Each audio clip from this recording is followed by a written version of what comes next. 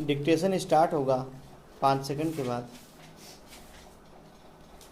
Get ready, start.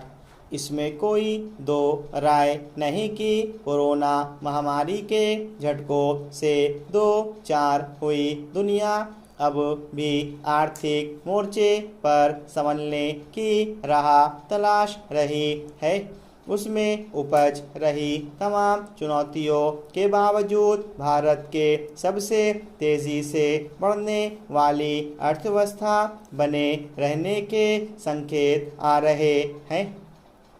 वैश्विक प्रभावों के वृक्ष अपनी स्थितियों के मद्देनज़र नीतिगत फैसलों के जरिए संकट का सामना करना इसकी वजह रही है। कई बार अंतर्राष्ट्रीय स्तर पर जो हालात पैदा होते हैं उसका असर कमोबेश तमाम देशों पर पड़ता ही है।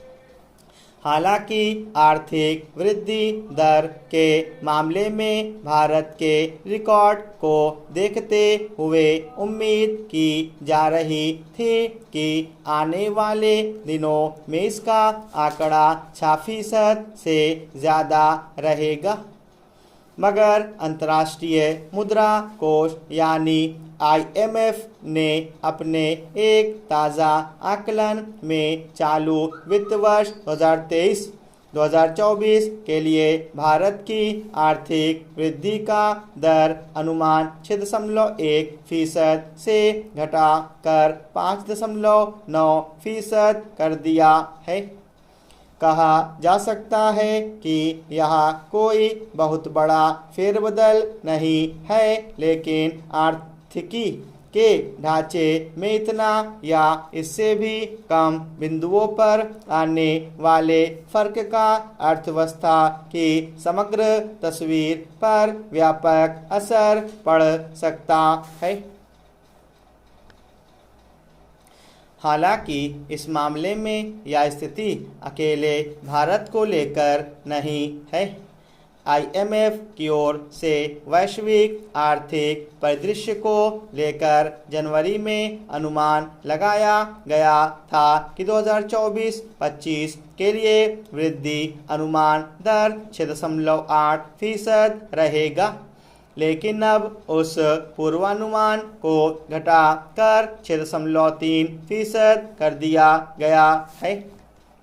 जाहिर है दुनिया भर में उत्पादन और सेवाओं में उपज रही चुनौतियों के मद्देनज़र आर्थिक मोर्चे पर जो उतार चढ़ाव आ रहे हैं उसी की पृष्ठभूमि से मंदी के संकेत भी सामने आ रहे हैं।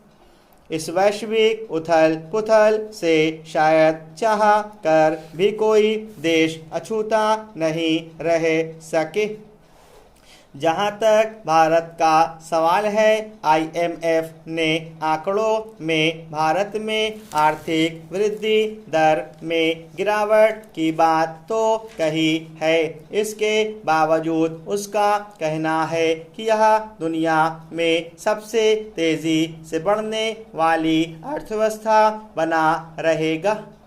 इससे यही पता चलता है कि अगर कोई देश बुनियादी रूप से अपनी ज़मीन मजबूत रखता है तो उसे अचानक उपजे उथल पुथल का सामना करने में भी मदद मिलती है।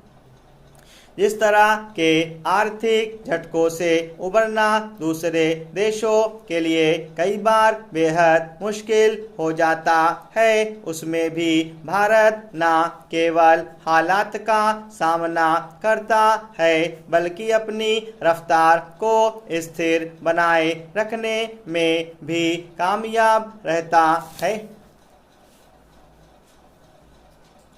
लेकिन यह भी ध्यान रखने की ज़रूरत है कि अगर रोजगार के मोर्चे पर मौजूदा स्थिति बनी रही, बड़ी तादाद में लोगों की क्रय शक्ति में लगातार आ रही गिरावट की वजह से मांग में नरमी बनी रही तो इससे बाजार में प्रदर्शन में कमजोरी आएगी। जाहिर है इसका सीधा असर उत्पादन में गिरावट और उसके मुताबिक भारत की आर्थिक वृद्धि दर पर पड़ेगा या दूसरे देशों की अर्थव्यवस्था को भी प्रभावित कर सकता है।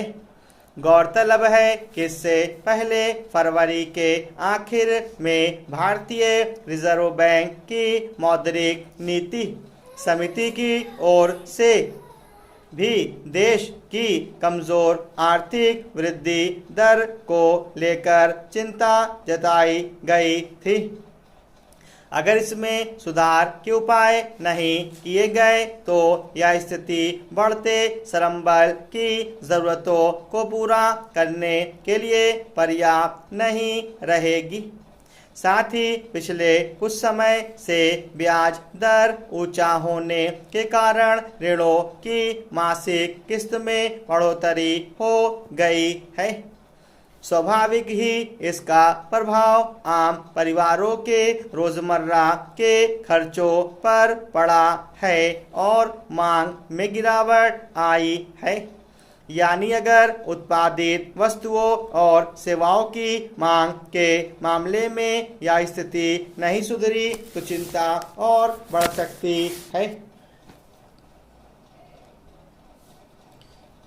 तमिलनाडु में राष्ट्रीय स्वयंसेवक संघ यानी आरएसएस की ओर से पथ संचलन के मसले पर सुप्रीम कोर्ट ने जो फैसला लिया है वह एक तरह से लोकतंत्र का वह आम सबक है जिसमें विभिन्न विचारों को जगह देना और आम लोगों की सुरक्षा सुनिश्चित करना सरकार की जिम्मेदारी होती है। गौरतलब है कि राज्य में 47 जगहों पर निकलने वाले पथ संचलन जुलूस के मसले पर राज्य सरकार का कहना था कि वह इसके पूर्ण विरोध में नहीं है, मगर संवेदनशील इलाकों में इसकी अनुमति नहीं दी जा सकती। सरकार का यह रुख तब भी बना रहा जब आरएसएस ने इसे लोगों के शांतिपूर्ण जमा होने के मौलिक अधिकार का हनन बताया था। तमिलनाडु सरकार के रुख को खारिज करते हुए मद्रास हाईकोर्ट राष्ट्रीय स्वयंसेवक संघ को तय मांगों से पथ संचलन निकालने की इजाज़त दे दी थी।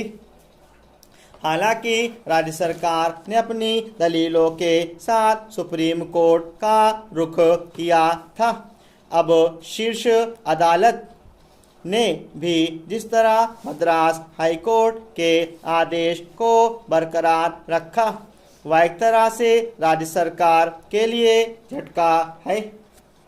देश की लोकतांत्रिक परंपराओं के आलोक में देखें तो इस मसले पर सुप्रीम कोर्ट ने रुख ने एक बार फिर राजनीतिक आग्रहों पूर्वाग्रहों पर सोचने और उसमें सुधार का मौका मुहैया कराया है।